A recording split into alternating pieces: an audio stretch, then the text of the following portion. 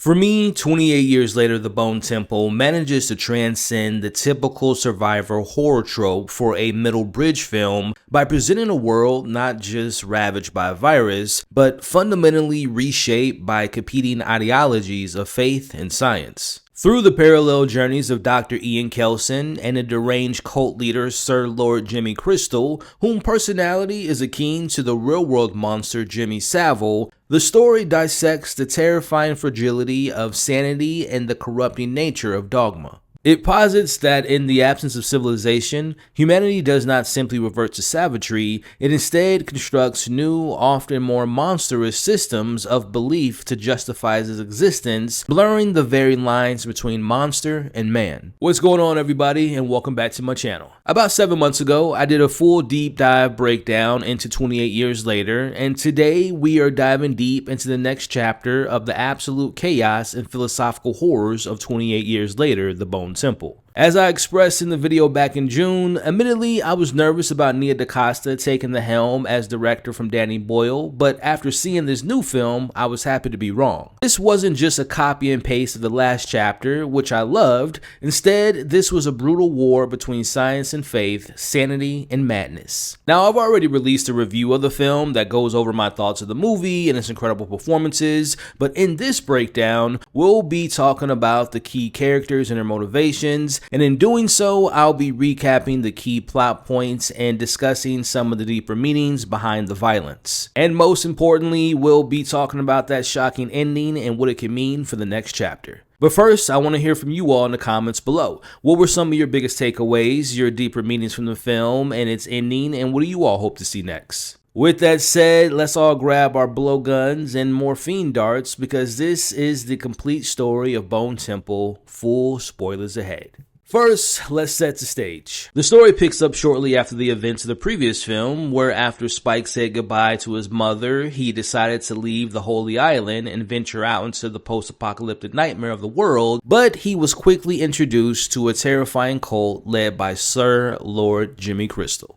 The focus here shifts from Spike's coming-of-age narrative into showcasing how Jimmy Crystal is a charismatic but utterly insane cult leader who believes that he is the son of Satan. Now, after the cold open with young Jimmy and 28 years later, Jimmy says that he hears his father's voice in his head, commanding him to perform horrific acts. We explore his followers who all dress and wear the upside-down cross, the Jimmies, or as he calls them, his fingers. They're his instruments that he uses to carry out Satan's will on Earth. Now, in order to join this inner circle, you have to prove your worth by killing one of them in a death match, and this is where Spike comes into the story. This is set shortly after the previous film, as we find Spike is forced to fight one of the Jimmies to the death to gain his place in one of Sir Lord Jimmy Crystal's fingers. Now, this is mostly a one-sided fight where one of the Jimmies is toying with Spike until Spike gets lucky and stabs him in the artery, killing him. What's your name? Spike? No, I think your name is Jimmy. Now, Spike is inducted and reluctantly joins the Jimmy's group, which includes Jimmy Inc., who we see throughout the film is less enthusiastic about Jimmy's violence and the sadistic rituals they perform. Spike is now an outsider that's trapped inside, consistently horrified by the sadistic acts by the Jimmys that we see later in the film. Meanwhile, the story gives us a parallel narrative that completely recontextualizes the rage virus. This time around, we spend more time with Dr. Ian Kelson, who we know is the polar opposite of Jimmy Crystal. Jimmy embraces the evils of the world through his religious lens and believes in pain, torture, suffering, and death, whereas Kelson, a more kind-hearted person, and through medicine and science, he believes in honoring death and believes in life and the goodness of humanity. One values life and the other doesn't. One represents the worst of humanity, whereas Kelson represents the opposite, the classic tale of good versus evil. Now, Kelson's real work in this story is to better understand the infected, who are shown in a more sympathetic manner, and this starts with Alpha Samson. Dr. Ian Kelson continues his maintenance of the Bone Temple as a memorial to those killed during the rage virus outbreak as he gathers the body of the infected woman who gave birth to Isla in the previous film. Now, this is where the film gives us new lore by revealing something that we've never seen before in the franchise by showing us what Samsung sees through an infected POV. We see him chase and brutally kill an unaffected human, but from his perspective, the man looks like a monster. This is key to the entire story. The infected don't just kill, they are trapped in a psychosis where they see everyone as a horrifying creature. Their violence is, in their mind, just simply self-defense. This is what allows the incredible bond between Kelson and Samson. Kelson, a man of science, doesn't just see a monster, he sees hope and he observes the possibilities of bringing back some type of humanity back into Samson. Now, we know these stories involve a lot of biblical elements, so one could look at the relationship between Kelson and Samson like what happens in the Bible. Samson was supposed to be holy and serve God, and in this story, you could look at Kelson serving as a godlike figure and helping and curing Samson in order to spread the cure to the rest of the infected. Now, Dr. Ian Kelson and Samson begin their bond very early on in this film. Now, as seen 28 years later, Kelson continues to fend off and sedate Samson with a blowgun and morphine darts. Now, Samson keeps returning to the Bone Temple, and Kelson discovers that he has grown an addiction to the morphine and is intentionally letting himself be drugged. Now, Kelson notices that Samson appears more lucid while being drugged. Kelson treats his wounds, talks to him, and even dances with him. This is where this strange and one-sided friendship is born. Now, Samson in turn brings Kelson a severed deer head as a gift for his Bone Temple. Kelson really tests his limits by intentionally dosing himself with morphine and passes out next to Samson. Now, when he awakes, he discovers that Samson has left without harming him and begins to experiment, seeing if he can cure Samson's rage virus-induced psychosis. More on this development later. Now, back with the Jimmys, they force their way into a farm occupied by several survivors, including new characters, which has a pregnant woman by the name of Kathy, and what I'm assuming is the father of their unborn child by a character by the name of Tom. Now, after getting an uncomfortable Teletubbies dance number by Jemima, the survivors try to attack the Jimmys, but they ultimately get overpowered and taken to a barn, minus Kathy, who managed to escape. The Jimmys decide to show the survivors what they call removing their clothes and considers this a charity. This ritual has them skinning the remaining survivors as part as their worship of Satan, who again Jimmy Crystal claims to be his father. Now, while performing this vile act, it's here we get exposition from Jimmy Crystal about his motivations. He believes he is the son of Satan and he is carrying out his will on earth. Like I mentioned earlier, the other Jimmys are Satan's fingers that hold his crown.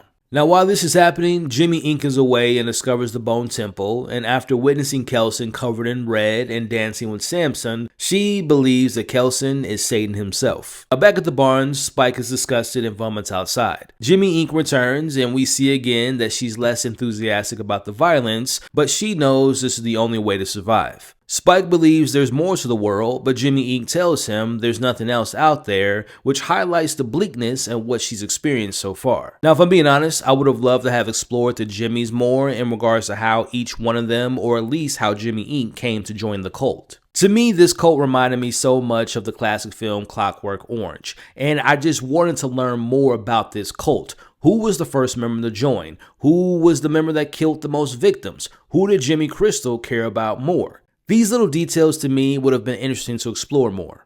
Now, back inside, Jimmy Crystal offers Tom a place as one of the fingers if he kills a Jimmy in a fight. Now, Tom chooses Jemima, who easily defeats him. Now, just as Jemima is about to kill Tom and remove his private parts, Kathy, who is hidden in the loft, swings down a hook and impales Jemima, killing her. A massive fight erupts as Tom sets the barn on fire, killing several Jimmys before he's killed himself. Now, Kathy flees and encounters Spike, who begs her to take him with her, but she attacks him and escapes. Now, we don't see Kathy again for the rest of the film, but I'm to assume that we'll see her in the future. Now, if she does return in the next chapter, the question is, if she comes across Spike again, will she understand the complicated situation that he found himself in with the Jimmys, or will she blame him for being complicit in the death of her family and friends and want to kill Spike? Now, Spike returns to the Jimmys empty-handed, and Jimmy Crystal is upset about this, obviously having not found Kathy, but also losing some of his members, as Jimmy Crystal says that Satan demands for him to be tortured and killed for his failure, and others agree. Now, this is where Jimmy Ink intervenes and tells him about Kelson and suggests he decide what to do with Spike since he is the actual devil, and this is where Jimmy Crystal decides to visit the Bone Temple. Back with Kelson, he's starting to run low on morphine and decides to give Samson peace by euthanizing him, but before he can go through with it, it is here that Samson speaks for the first time by saying the words moon, which we discover later comes from a book that he read as a child on a train. From here, Kelson comes up with a theory. It's not about curing the body, but the mind, as he comes up with a plan to treat the psychological symptoms of the virus. Now, the Jimmys travel to the Bone Temple, and Jimmy Crystal plays into the idea of Kelson being indeed old Saint Nick, his father, as he confronts him alone. Jimmy and Kelson have a talk about their understanding to what caused the virus, as Kelson believes it was based in science, where Jimmy believes it was caused by Satan unleashing hell on Earth. Now, after revealing his childhood trauma to Kelson about his father, and after Jimmy realizes that Kelson isn't Satan, he ultimately threatens him to pretend to be Satan in order to get his fingers back in line, and wants to have him perform this the following night. I'm in a bit of a bind. You're in a bit of a bind too. I did feel fear. Now, for the first time in a long time, Kelson admits that he's frightened by Jimmy Crystal's sadism and is afraid that his time with Samsung and curing him is coming to an end. Now, this threat motivates Kelson as he experiments with various medicines and gives Samsung a cocktail of antipsychotics, which he hopes will have some positive effects on curing him from the rage virus. Now, it's here we see Samsung returning to a train and he experiences a memory from his childhood. Within this memory, it results in Samsung speaking a full sentence about not having a ticket for the train to the train conductor, but he comes to and realizes the woman he was speaking to was an infected woman in reality. We watch as the infected sense Samsung isn't fully one of them and isn't fully an alpha, and they begin to brutally attack him, leaving him to fend for his life. Now, before moving on, let's break down Kelson's treatment. Now, first thing we have to distinguish is Kelson never uses the word cure, but he calls it a treatment. And that distinction changes everything. Now, Kelson's theory goes that the rage virus attacks the body, but it attacks the mind by flooding it with chemicals that induce an internally unquiet rage. Now, Kelson's hypothesis, which Samsung's survival proves, is that the brain isn't physically destroyed, it's just buried. The original identity is still there, suffocating under the rage. The antipsychotics suppress the rage, but they don't actually kill the virus. So the question is Samsung really cured? In my opinion, no. He's cured of the homicidal behavior, but he is still a carrier, and we'll discuss this more in depth a little bit later. Now, we see Spike attempts to sneak away from the Jimmy's camp as he encounters an infected, and after fighting it off, he's knocked down by Jimmy Fox, who attempts to kill Spike from abandoning the Jimmys and also killing his friend earlier in the film. Now, Jimmy Inc. pops up and kills Jimmy Fox in defense of Spike. Now, she explains to Spike, while she believes that Kelson is really Satan, she's skeptical about Jimmy Crystal's claim of being his son and hopes that their meeting will expose Jimmy as a fraud to his followers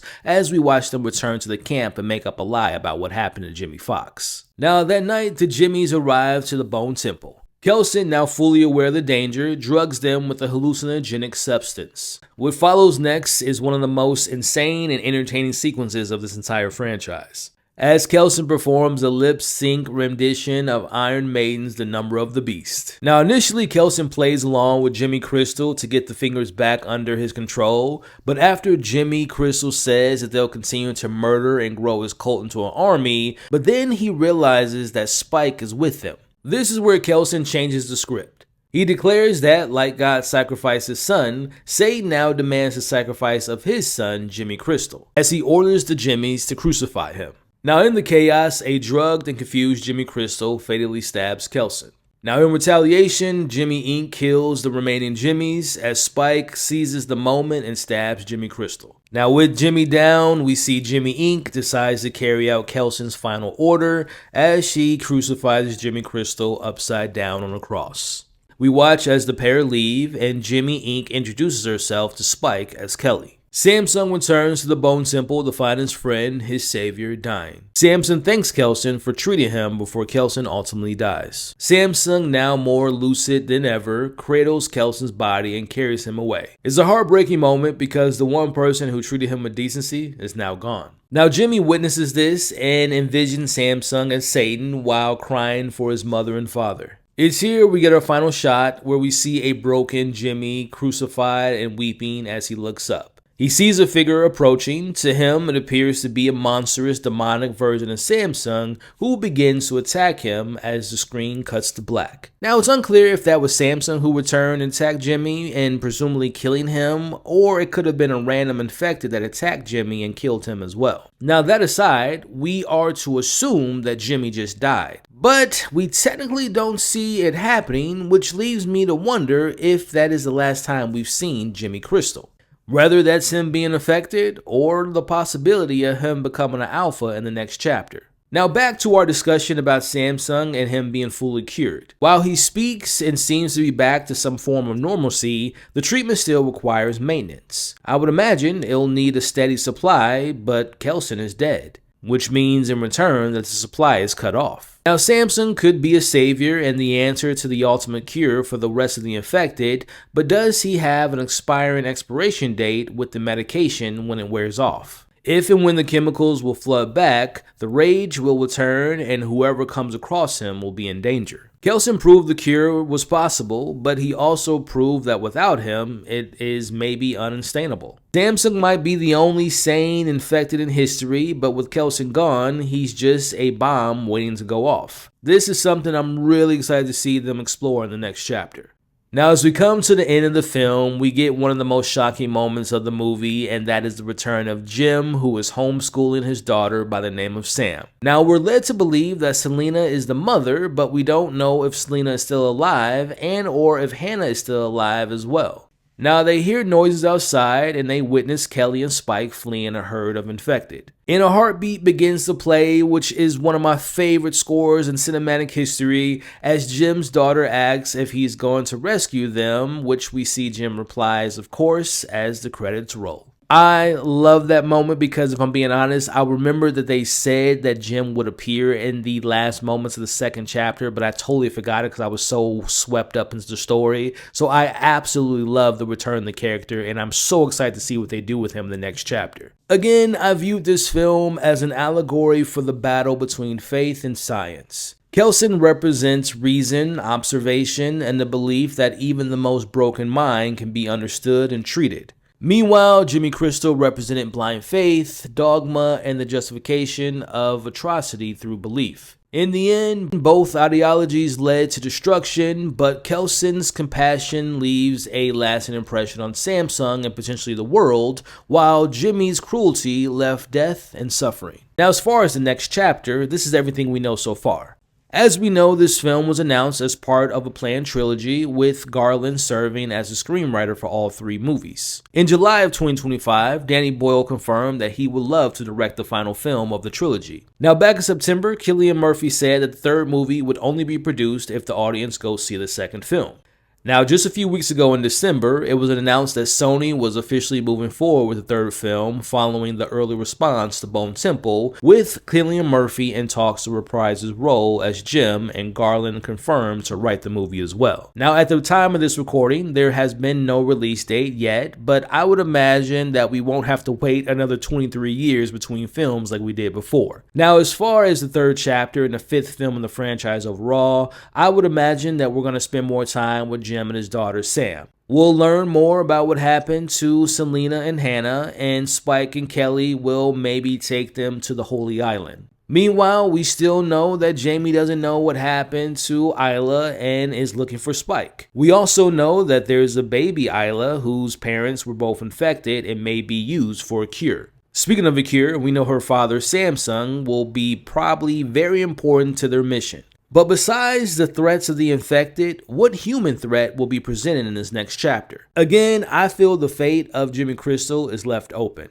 An upside-down crucifixion is a painful way to go, but he could still survive if whoever attacked him didn't ultimately kill him, but maybe just infected him. If he does, what will become of him? Will he become a regular infected, or could we see Jimmy Crystal becoming an alpha in the next film? We've seen the infected can evolve, and Jimmy is a prime candidate to become a true monster in the next chapter.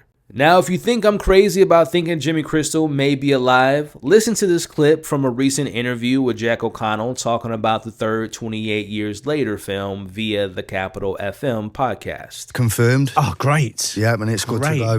I haven't seen a script. So I'm with you, man. Yeah. I'm sort of waiting to hear. Just ready and waiting. I'm good to go. Listen, I've got the tiara, I've got the purple velour. Say the word.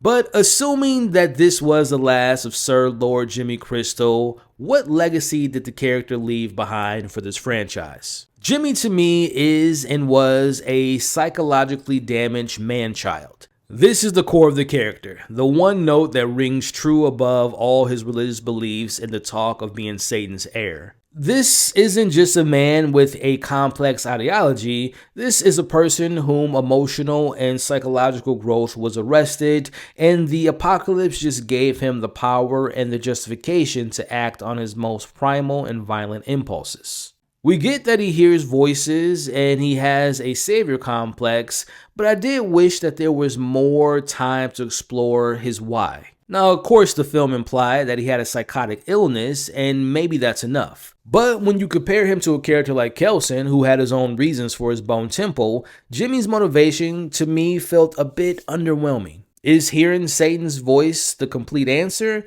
It feels like a justification for his actions rather than a deep-seated motivation. It almost lets him off the hook in my opinion, framing him as a product of his illness rather than a man who made choices. His character begins and ends with the biblical cry that we heard at the beginning of 28 Years Later, and we heard at the end of this film by him saying, "Why, Father, have you forsaken me?" A powerful line and a powerful moment, but I just want to explore more into this incredibly evil and vile individual. Plus, if I'm being honest, selfishly, I'm just a big fan of Jack O'Connell, and I thought he was exceptional in this role. But what did you all think? Was Jimmy's backstory sufficient, or did it leave you wanting more? Let me know in the comments below. Now, as we come to the end of this discussion of 28 Years Later, The Bone Temple, I found this chapter to be a harrowing examination of what humanity builds in the ruins of their own world. It argues that the true horror is not the infected, but the beliefs some create to give meaning and to justify their actions. On one side, we got to see Kelson's scientific humanism and compassion versus the raw, violent power of Crystal's satanic cult. Well, that's going to be the end of this 28 Years Later Bone Temple discussion. I really appreciate you all making it to this point of the video, and I would love to hear you all's thoughts on the film, from your biggest takeaways, the deeper meanings, how did you all interpret the ending, and more importantly, what do you all hope to see next in the next chapter of this franchise? Now, if you all are listening to this breakdown via podcast, I appreciate you all. Leave your thoughts in the comments. Consider following and subscribing to the podcast, and please consider leaving a 5-star review as well. I'm such a big fan of this franchise, and I'm so excited to see what they do next. And again, I hope we get that next chapter sooner rather than later. But at the end of the day, I am very pleased with this chapter, and I, again, cannot wait to see what they do. Now, if you all want to hear my thoughts about this film and my review, you can click on the video now if you're watching this on YouTube. And if you want to hear my thoughts on the previous film, check out this video here. Again, thank you all for watching or listening on this breakdown. Don't forget to like, share, consider subscribing to the YouTube channel, helping me reach my next milestone of 100,000 subscribers, but also subscribe for we can get more deep dives like this. Alrighty, y'all, don't forget you all are awesome. Stay safe out there, and I'll catch you all on the next breakdown.